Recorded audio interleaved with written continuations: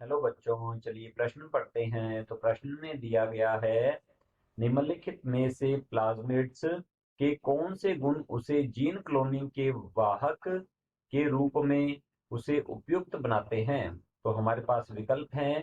Plasmids प्रतिबॉडी या प्रतिविष प्रतिरोधी जीनों को ले जा सकते हैं। प्लाज्मिड्स प्रोकैरियोट्स व यूकैरियोट्स के बीच आवागमन कर सकते हैं। प्लाज्मिड्स स्वयं की प्रतिलिपिकरण उद्गम स्थल वाले छोटे चक्रीय डीएनए अणु होते हैं। और डी दिया गया है, प्लाज्मिड्स छोटे चक्रीय डीएनए अणु होते हैं जो पोषक डीएनए गुणसूत्र से एकीकृत हो सकते हैं। तो इस प्रश्न की मुख्य अवधारणा के बारे में हम जान लेते हैं। तो यहाँ लिखेंगे मुख्य अवधारणा। मुख्य अवधारणा है इस प्रश्न की हमारे पास प्लाज्मिड। तो यहाँ समझ लेते हैं प्लाज्मिड क्या होते हैं। तो प्लाज्मिड जो है यह जीवाणु कोशिका में पाए जाने वाले, तो यहाँ लिखेंगे जीवाणु कोशिका में, जीवाणु कोशिका में पाए जाने वाले अतिरिक्त गुणसूत्रीय। तो यहाँ हम लिख सकते हैं कि ये अतिरिक्त गुणसूत्रीय होते हैं। अतिरिक्त गुणसूत्रीय वृत्ताकार, अतिरिक्त गुणसूत्रीय वृत्ताकार द्विसूत्री द्विसूत्री डीएनए डीएनए अणु होते हैं। डीएनए अणु होते हैं जो कि स्व प्रतिकृतिकरण में, जो कि स्व प्रतिकृतिकरण में सक्षम होते हैं। स्व प्रतिकृतिकरण में सक्षम होते हैं। इन्हें कहा जाता है प्लाज्मिड।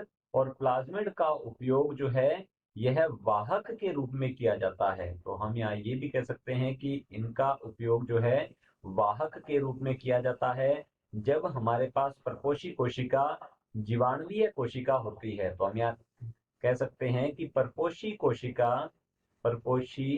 कोशिका यदि हमारे पास जीवाणु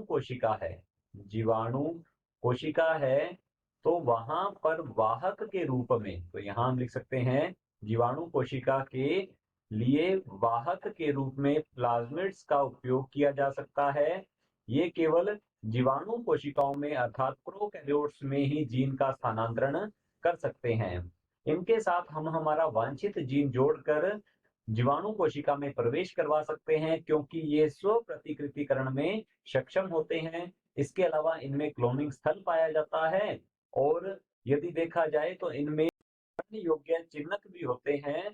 तो इनका उपयोग जो है वाहक के रूप में किया जाता है। तो हमारे पास विकल्प हैं, जैसे कि प्रश्न देख लेते हैं। पहले हम निम्नलिखित में से प्लाज्मिड्स के कौन से गुण उसे जीन क्लोनिंग के वाहक के रूप में उसे उपयुक्त बनाते हैं।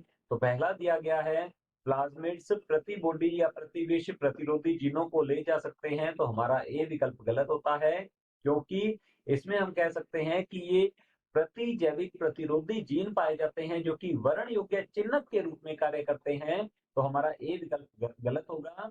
बी दिया गया है, प्लाज्मिड्स प्रोकैरियोट्स व यूकैरियोट्स के बीच आवागमन कर सकते हैं। तो हमारा बी विकल्प भी गलत होता है। ये केवल प्रोकैरियोटिक कोशिकाओं, जीवाणु कोशिकाओं में जीन स्थानांतरण के लिए उपयोगी होते हैं। प्लाज्मिड्स स्वयं की प्रतिलिपिकरण उद्गम स्थल वाले छोटे चक्रीय डीएनए अणु होते हैं। तो हमारा सी विकल्प जो है बिल्कुल सही उत्तर है। प्लाज्मिड स्वयं की प्रतिकृतिकरण में सक्षम होते हैं क्योंकि इनमें उद्गम स्थल अर्थात प्रतिकृति का उद्गम स्थल पाया जाता है और स्थल पाया जाता है। तो हमारा सी विकल्प बिल्कुल सही उत्तर है। डी दिया गया है, प्लाज्मिड्स छोटे चक्रीय डीएनए अणु होते हैं जो पोषक डीएनए गुणसूत्र से एकीकृत हो सकते हैं। तो हमारा डी विकल्प जो है ये गलत होता है क्योंकि ये पोषक डीएनए गुणसूत्र से एकीकृत नहीं होते हैं। तो हमारा सी विकल्प बिल्कुल सही उत्तर है। आशा करता हूं आपको समझ में आया होगा। धन्यवाद।